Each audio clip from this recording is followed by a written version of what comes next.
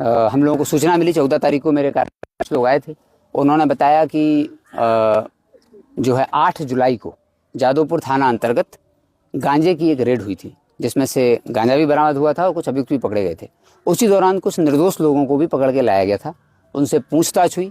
पूछताछ में स्पष्ट भी हुआ था कि वो लोग निर्दोष हैं। फिर भी उनको 36 घंटे तक थाने में रखा गया और रखने के बाद लेन देन कर करके पैसा लेकर के छोड़ दिया गया। जब इस सूचना मिली तो तत्काल डीएसपी हेडक्वार्टर के नेतृत्व में एक टीम बनाएगी कि आप जाइए जांच करिए। उन्होंने जांच की। जांच जब की तो स्पष्ट हुआ कि जब ये रेड हुई तो एसएचओ जादवपुर गए थे, उनके साथ थाना के जो चौकीदार थे, चालक था और 1-2 लोग और थे उस टीम में जो गए थे रेड करने। जब रेड करने ये लोग गए तो गांजा इनको बरामद हुआ।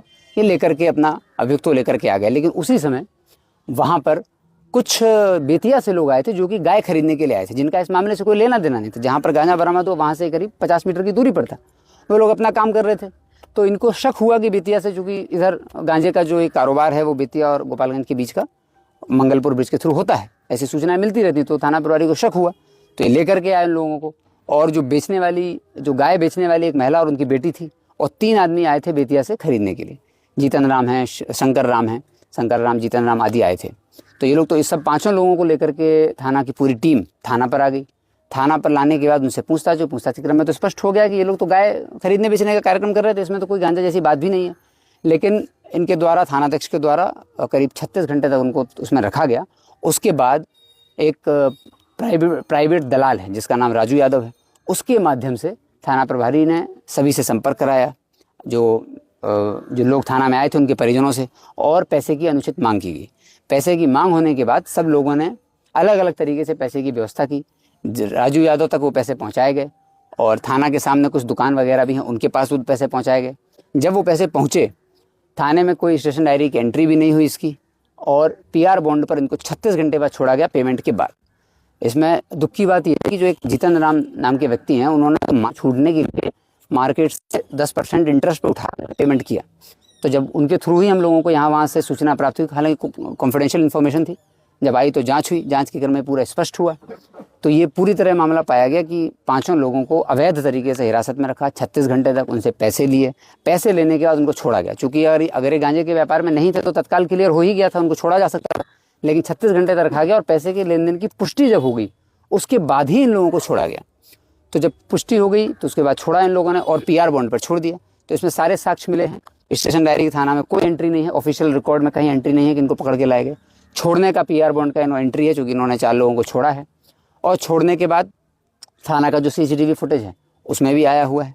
ऑफिशियली थाना में सीसीटीवी फुटेज लगा होता है, उसमें भी दिख रहा है कि 36 घंटे तक रखा हुआ है। 8 जुलाई से 9 जुलाई के बीच ये पूरा घटनाक्रम हुआ। तो जब मेरे सूचना हम लोगों तक आई तो डीएसपी हेडक्वार्टर के नेतृत्व में टीम बनाई। उस टीम ने जब पूरी छानबीन की तो स्पष्ट हुआ कि ये तो आपराधिक कृत्य है।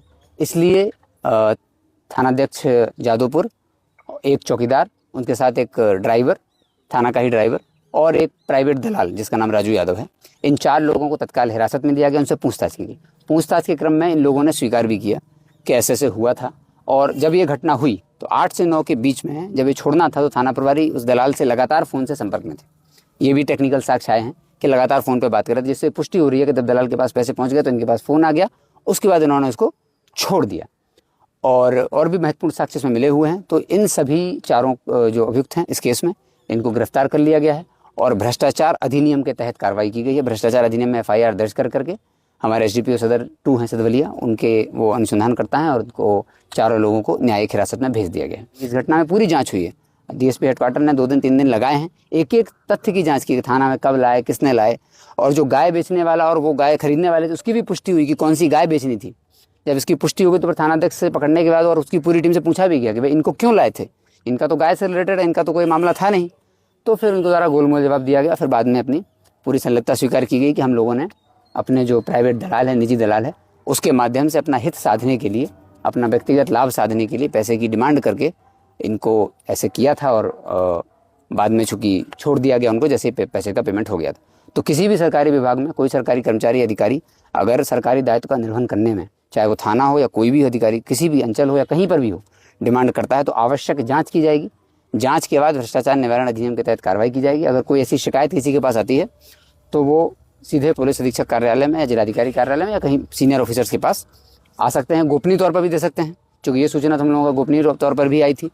और आप डायरेक्ट भी आकर मिल सकते हैं, लगातार लोग मिलने के लिए आ रहे हैं, बहुत बड़ी संख्या में लोग आ रहे हैं मिलने के लिए। एसडीपीओ साहब लोगों के पास भी आते हैं, उनके पास भी सूचना दे सकते हैं।